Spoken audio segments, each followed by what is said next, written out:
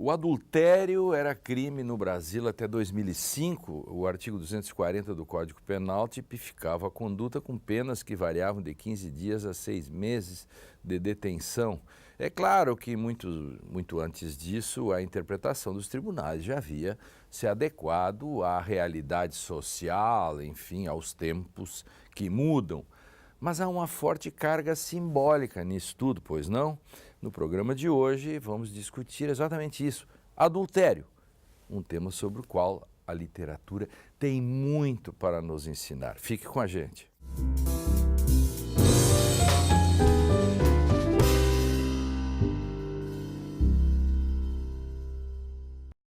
Adultério.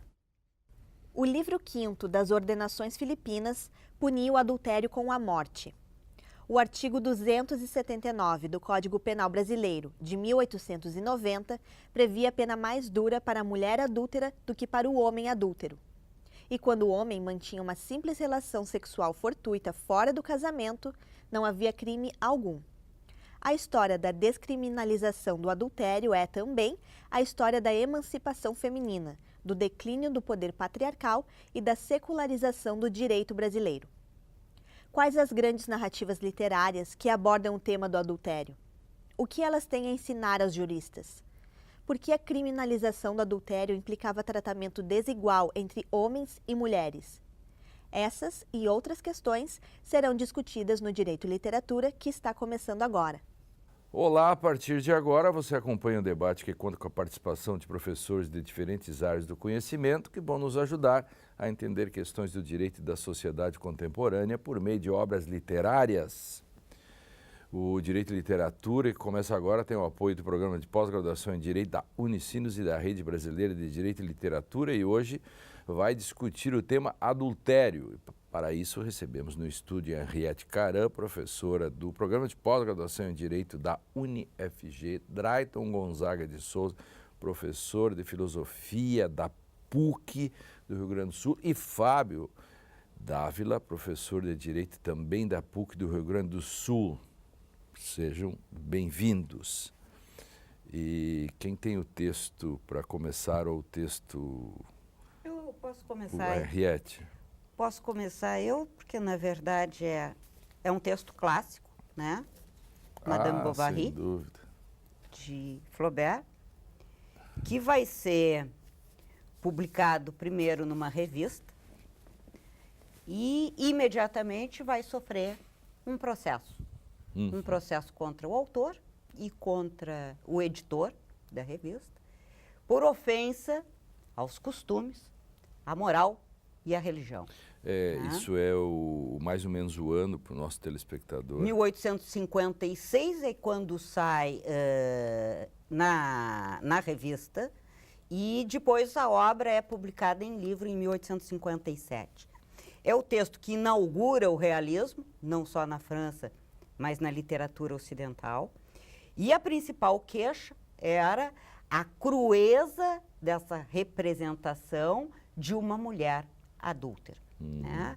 Uma pequena burguesa enfadada com a sua vida, que não gostava do seu marido, que por sinal era medíocre, né? E que aspirava uma vida melhor. E que, portanto, começa a se envolver com homens, né, que ela percebia potencialmente a capacidade de lhe oferecer um outro destino que não aquele destino da província, né? Causa esse furor todo o livro justamente porque ele é uma denúncia expressa de uma realidade social e principalmente uma denúncia contra a burguesia, né? Contra o clero, contra a monarquia, que na verdade são os três pilares, né, de crítica da escola realista. Eu ia te perguntar exatamente sobre essa noção da estrutura, é o que caracteriza o realismo. Né? O realismo se caracteriza por esse anti, né? Antimonárquico, antiburguês, né? e antirreligioso. E tendo como pano de fundo uma estrutura social. E na verdade o que nós temos? Nós temos sim algumas passagens do texto, né, que podem ser percebidas, sobretudo na época, como ofensa também à religião. Né? Há uma das cenas que vai aparecer no processo judicial, há uma das cenas em que Ema recebe a extrema-unção, né? E o narrador nos faz acompanhar a extrema-unção de todos os seus pecados a partir das regiões do corpo. Né? Perfeito. Tá. E o processo, na verdade, é um processo que muito pouco diz respeito a Flaubert, né? Ou ao livro, e muito mais a Ema. Então, é Ema que está no banco dos réus. Né? Claro. E é nesse processo que Flaubert vai dizer a famosa frase, quando finalmente o inquérito vai... Mas quem é Emma Bovary? C'est moi. Claro. Né? Sou eu. E por Emma Bovary sou isso eu. que a sociedade francesa, as autoridades estavam processando alguém que dizia as coisas que eles não queriam que dissessem, porque era isso que acontecia mesmo, né? Era a vida como ela é. Exato. Antes de Nelson Rodrigues. Antes de Nelson Rodrigues, acho que e aí, Fábio?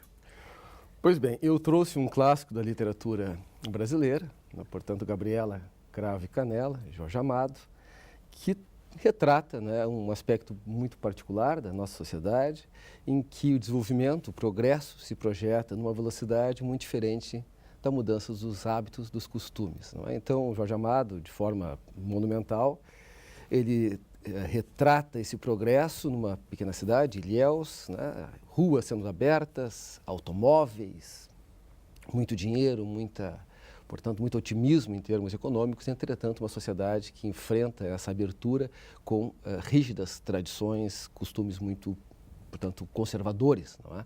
E esse embate realmente coloca situações muito dramáticas, outras cômicas, algo que Jorge Amado é absolutamente espetacular nesse sentido.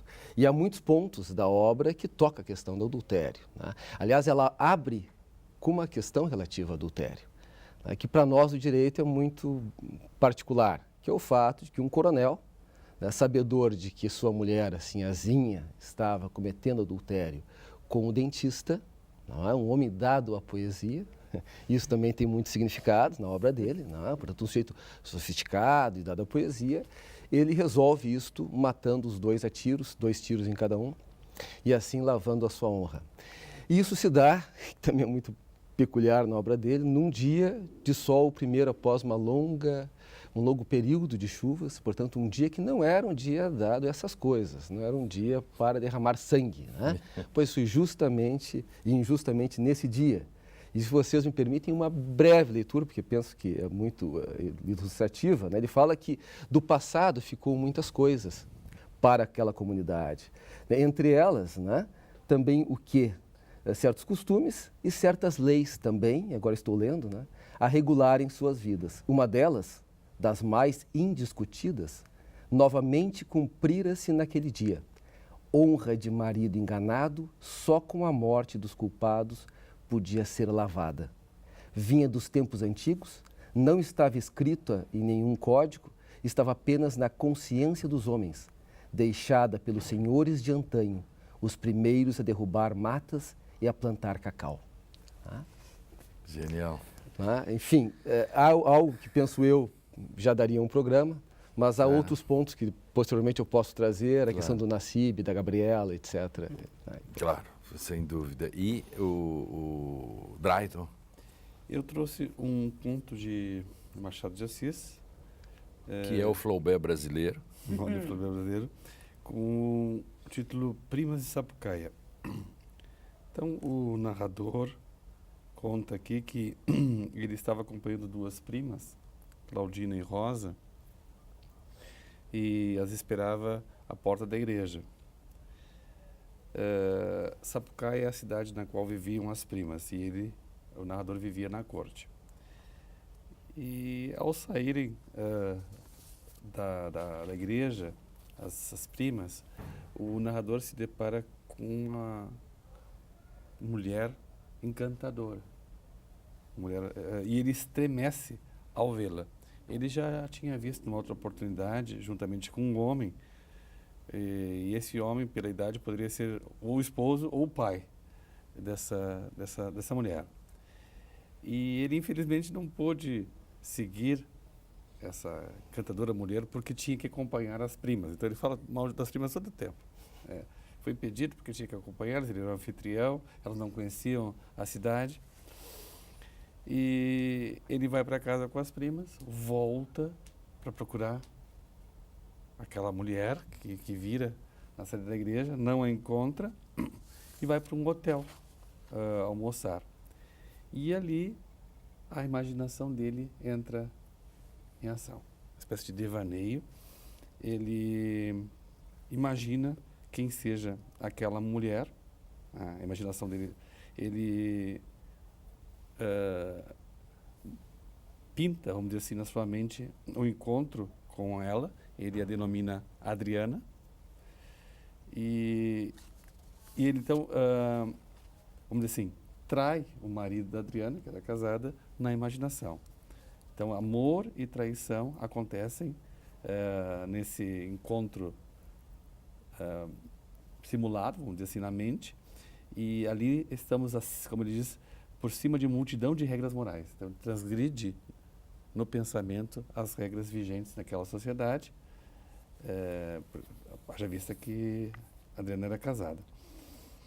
Então, no devaneio, na imaginação, eles se tornam uma coisa só, uma só carne. E depois acontece algo inusitado, ele vai viajar para Petrópolis e encontra um amigo, o Oliveira, que era um promotor que deixara o Ministério Público porque receberam uma herança. E vamos para Petrópolis e aí o nosso narrador pergunta para onde é que ele vai ficar, ele muda o assunto e aí depois ele descobre que o Oliveira, esse promotor, ele tinha um caso com uma mulher que era casada e essa mulher era a Adriana. A Adriana. E ele saíra de casa, melhor dito, ela saíra de casa por causa do Oliveira. Bom, eu vou resumir agora, depois eu posso voltar com mais calma. Constata-se que a Adriana não era uma personalidade fácil. Era uma pessoa muito difícil, e inclusive trai o Oliveira, um estudante de engenharia, e volta para o Oliveira. Então, aquele infortúnio inicial de não poder acompanhar ou perseguir a mulher que vira na igreja se torna algo positivo. Graças às primas dele, ele se salvou. Ele se salvou da víbora. Veja aqui como por que nós estamos, né, é um tema tão importante, né, e que em termos jurídicos, né, Fábio, ele não tem mais importância. Primeiro, na verdade, nunca é uma punição pequena e pouco foi aplicado, né? Mas no plano das relações sociais, a literatura é fortíssima sobre isso, né? Então, no plano do júri, por exemplo, do teu livro, do Jorge Amado, Lavar a Honra com Sangue, eu fiz júri desse tipo. Justo. Eu fiz júri desse tipo. Eu tinha uma dificuldade para convencer o jurado que a honra não está no meio das pernas. Exatamente. Sempre tinha que dizer isso, porque é empolgante a discussão, os advogados muito bons, eu como promotor tinha dificuldade enorme, né? Para mostrar que o cara, entre aspas, matou mal. Que é um jargão de júri, né? Exatamente. Essas coisas assim. Mas os textos são todos intercambiados, né? Eles se entrelaçam, né, os três textos, né? O Direito e Literatura faz uma pausa, né, com esta sobremesa aqui, e na volta continuamos a discussão sobre adultério. Não nos traia por aí, né, com outro programa. Já voltamos.